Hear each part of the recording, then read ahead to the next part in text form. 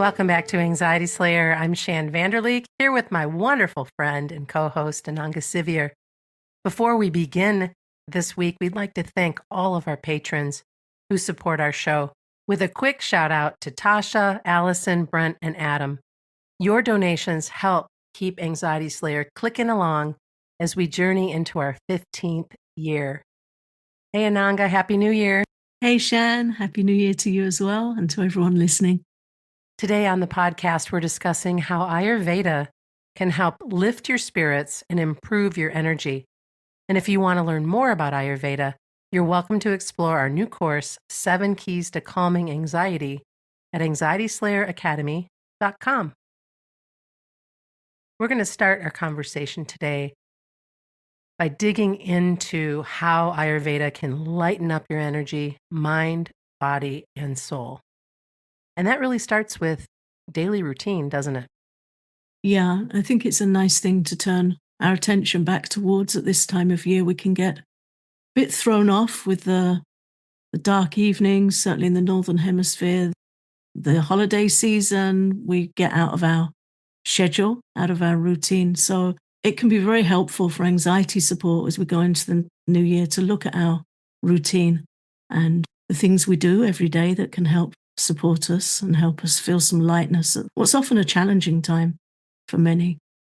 I noticed that this year it took me a lot longer to move back into my regular routine after the holidays because I took some time off and really enjoyed all of the spaciousness that came with it. And as soon as I was back to my regular schedule, I thought, do I have to? And then it just took a little bit while longer and it was fine. I don't know if this applies to you or not, but I thought it's something I would share that just took me a little bit longer. And now that it's much colder, lots of snow coming down, the official winter has begun where I live, I've just noticed that I really need to take extra care to do all the things I know to do to look after myself so that I don't let it feel so heavy and restrictive as it sometimes can. Yeah, I think that's a really common experience. Over the holiday season, we kind of slow down. I've always found it a bit challenging in the days between the Christmas holidays and the New Year. I heard somebody describe it as Twixtmas. And I thought, yeah, it kind of feels like you're between two holidays, so there's no point starting much. And it's the darkest days of the year, less daylight in the Northern Hemisphere. That can feel challenging. We tend to be indoors more. We might be eating more richly. We might be not so mindful of keeping hydrated, moving, and that takes its toll on us. And then we're trying to get back into a new year and our routine, but we feel sluggish. The energy is sluggish. As we shared in last week's episode, that's why we don't really go in for big New Year's resolutions, because the energy doesn't support them. So yeah, definitely helpful to gently turn back to what do I know to do that helps me feel balanced and helps bring some enthusiasm and stepping into the new year with some hope and aspiration, some direction. And here are some suggestions just to dive right in about bringing more energy and lightness of being to your life as we move through the days ahead into this new year. And I believe that the best place to start is to guide your mind to positive thinking and positive thoughts right when you wake up, before you get yourself out of bed. Whether that be a gratitude practice, whatever that might be, before your feet touch the floor.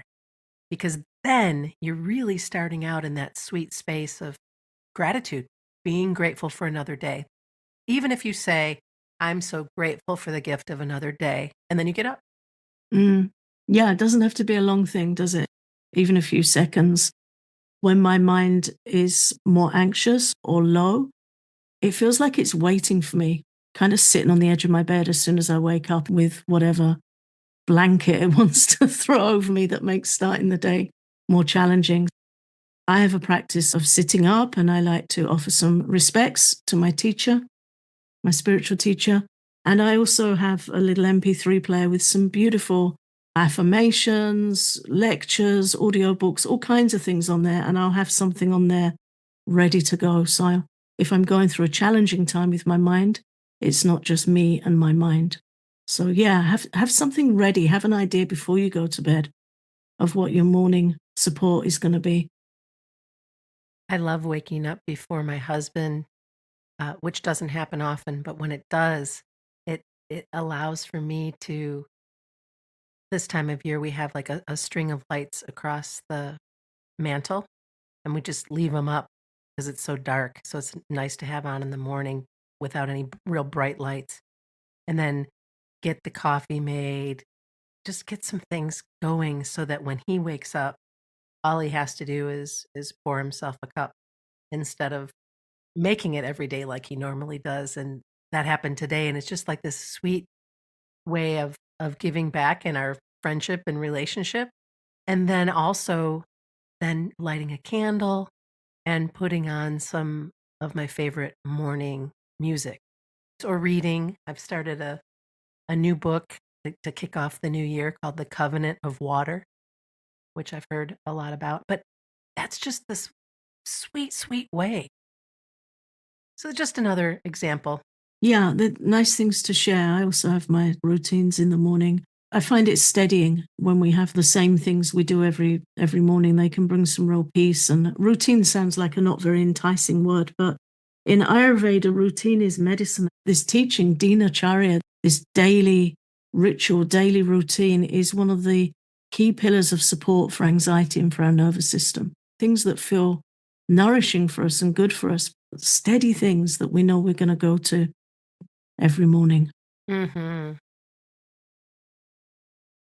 And speaking of nourishment, this is the perfect time of year to look at the quality and quantity of the meals that you're consuming and being really aware of how important it is to try, if you can, to eat your main meal at lunchtime whenever possible so that your body has plenty of time to digest.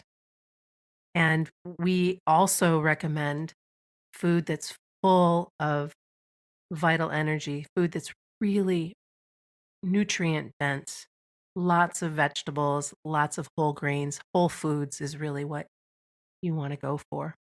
It's easy in that holiday period to find ourselves eating larger quantities, more rich foods later into the evening. And I always find if I'm doing that, if I'm around other family members who are kindly cooking meals and we're spending the holiday season together, it doesn't take long for me to start feeling quite sluggish and keen to get back to my usual way of eating. My body's very happy with simple eating. And there's a teaching in Ayurveda that the more challenged we are with emotional stress, with anxiety, the simpler our meals should be to benefit us because digestion takes a lot of energy.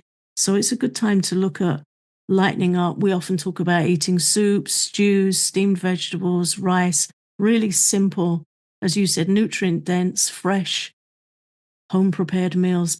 Very simple. And when I eat like that, I don't get tired after I eat. And I really feel like my body's saying, thank you. I know exactly what to do with what you've just given me. Yeah. No loss of energy, no discomfort. It just feels like I've eaten good fuel, something that's really going to be helpful. So, yeah, good practices. I'd also like to interject that if you don't feel hungry when dinner time rolls around, you don't have to eat. Or you can eat something really, really light. You don't have to be eating as much as you think or as much as you might have been trained to do. It's important that you eat at regular times, but please eat mindfully and be in that space of understanding. Like last night, I had no interest in dinner and I was making dinner, and I thought, really, all I want is a sweet potato. That's what I had. I didn't want anything else. And that was a way of getting something nutritious in my body without completely blowing off the meal altogether, but without eating a whole bunch more that I didn't need or want. Mm, yeah. Appetite's a funny thing. It's an interesting thing to look at because it's very emotional as well as physical and helpful to be in tune with how we're regarding eating and what we need. So, a light evening meal and then nothing after is going to help you with digestion. It's going to help you sleep better. eating at regular times, being mindful about what you're eating.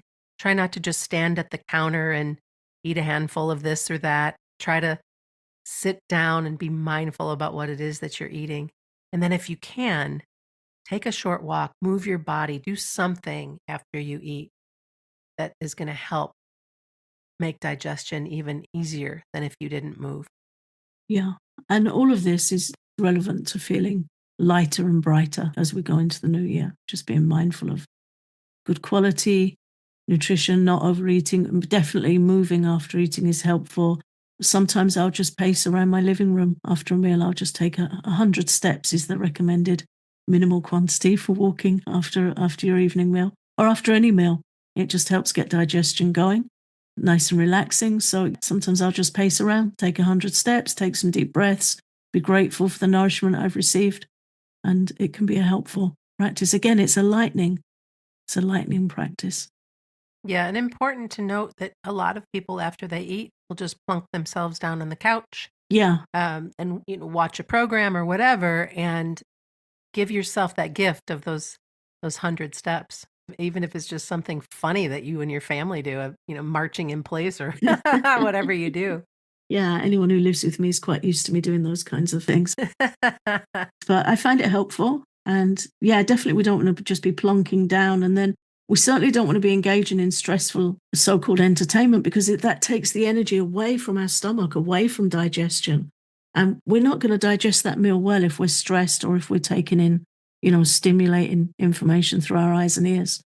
And then taking in the news that stress you out so that you can't digest anything. Yeah, no way.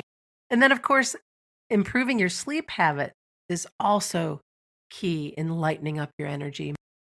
We've talked about sleep habits many, many times, but it warrants continuing to go through it and to remind you that keeping electronics out of the bedroom is huge. Keep your phone out of your bedroom. If you have a television in your bedroom, consider moving it out. You want to give yourself the gift of time where you can disconnect and create a comfortable nest for yourself before you go to sleep. Yeah, definitely take that again, that incoming stimulating information away. A bedtime drink we often recommend is almond milk with a pinch of nutmeg. Almond milk is good for the nervous system. Nutmeg is a gentle, natural sedative that can help us sleep. And another thing Ayurveda is very keen on recommending is massaging our feet before sleep to get that head energy down and help us really relax and settle into good sleep. And Shan, you recommend magnesium cream for that before sleep.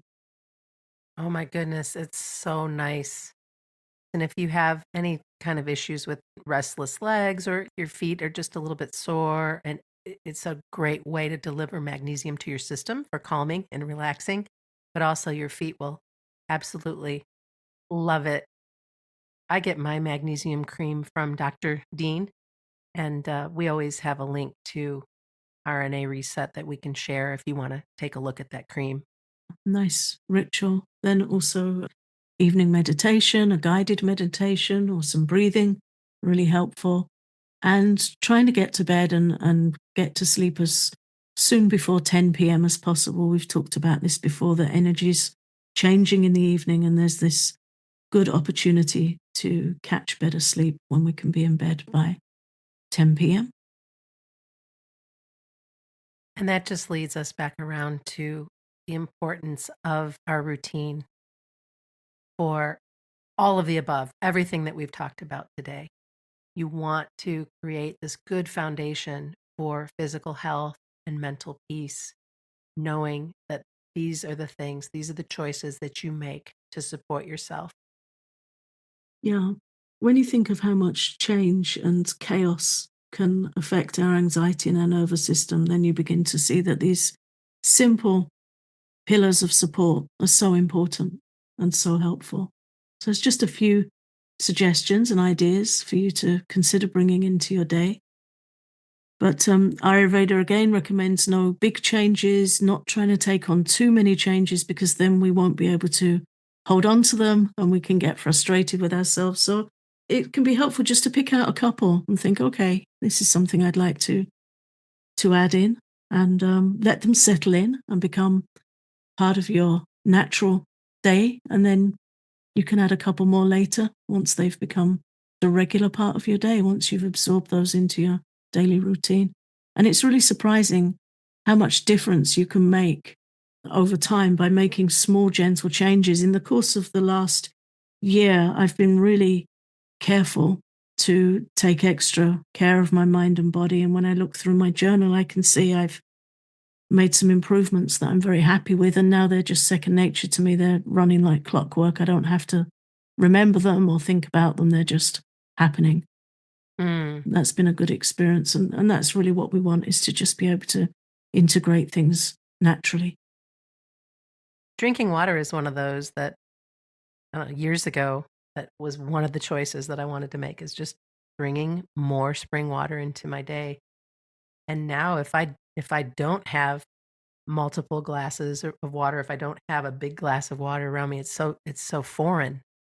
But I remember a time when it felt like, really, I'm going to drink that much water, whatever.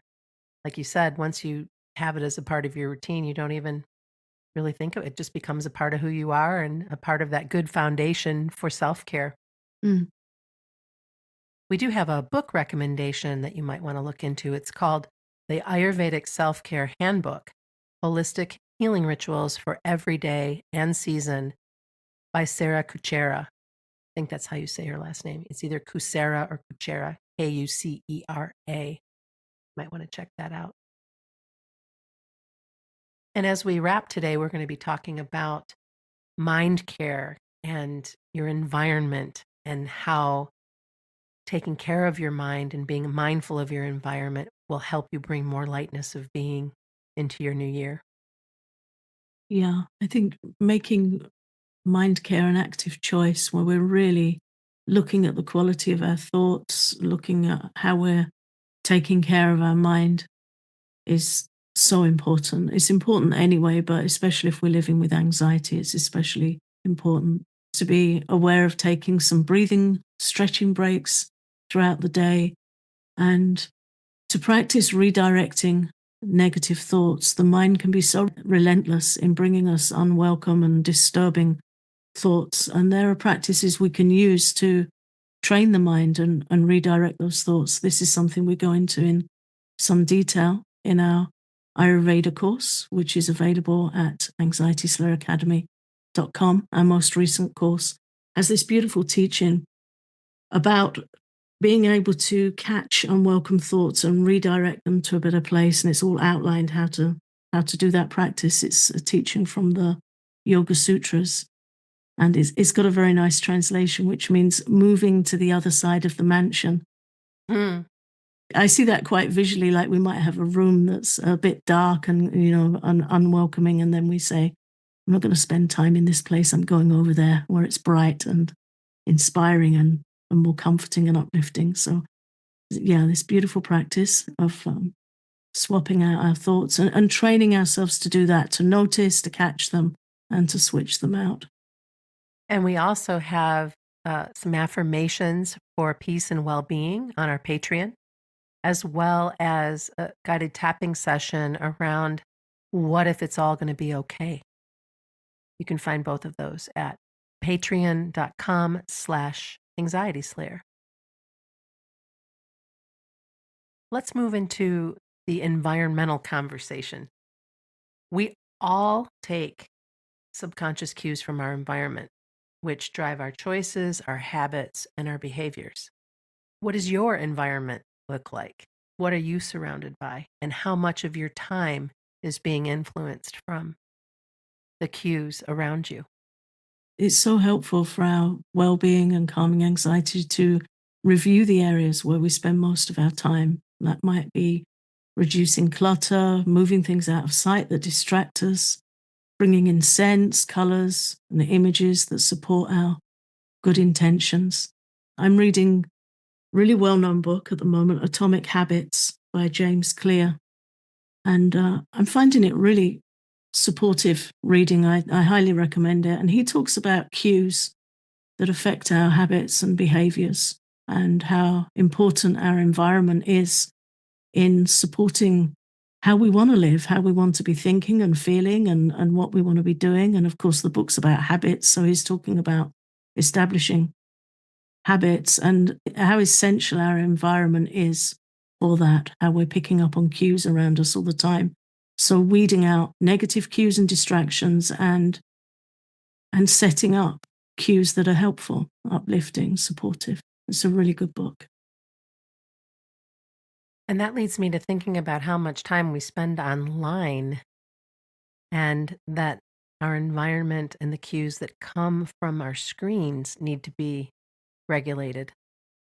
How much time are you scrolling and shopping and taking in information that might scare you or bringing in information that might make you think that something's wrong with you or that you need to purchase something or whatever the case may be? That's a part of your environment too. It's a big part, isn't it? And it's our most challenging part, I think. I think so too. Really something to look at. And then to add things into our environment that are helpful and inspiring, quotes, photographs, keeping books to hand that you intend to read, keeping the book closer than your phone, keeping a journal nearby, prompts to help us make supportive choices. Sometimes we simply need to put our phone in another room for a while, which can feel challenging.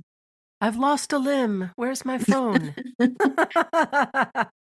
Yeah, can feel like a difficult thing to do, but it can be a very good thing to do. I don't have my phone in my bedroom at night. I like to have it far away when I'm sleeping. Mm-hmm. Some people that are really good with habits and productivity, they'll set ground rules in the morning where they don't look at their phone until they've done their meditation and their other morning practices. They might have it just away from them during that time as well. And that sounds like a really good idea to me. It does. One of the choices that I'm making and practicing, because it's taking practice, is to listen to the music that I mentioned earlier in the morning and then choose to read a book that I can pick up in my hands and choose to read a chapter instead of jumping right into emails, jumping right into scrolling, jumping right into, what's happened since I've been asleep. And you're not going to miss anything. It's all still there, but you're giving yourself such a beautiful gift by just letting that phone sit just a little bit longer. Yeah. And as you say, it's a practice. And some days are going to be easier than others, but it's definitely a good thing to do. Oh, Nanga, I'm so glad that we had this conversation about lightening up our energy with Ayurveda and all the ways that we can do that by reviewing our environment and looking after our mind and our nutrition and our nighttime habits. Thanks for a wonderful episode. And thanks to all of you for listening to Anxiety Slayer. If you want to learn more about Ayurveda, we invite you to explore 7 keys to calming anxiety at anxietyslayeracademy.com.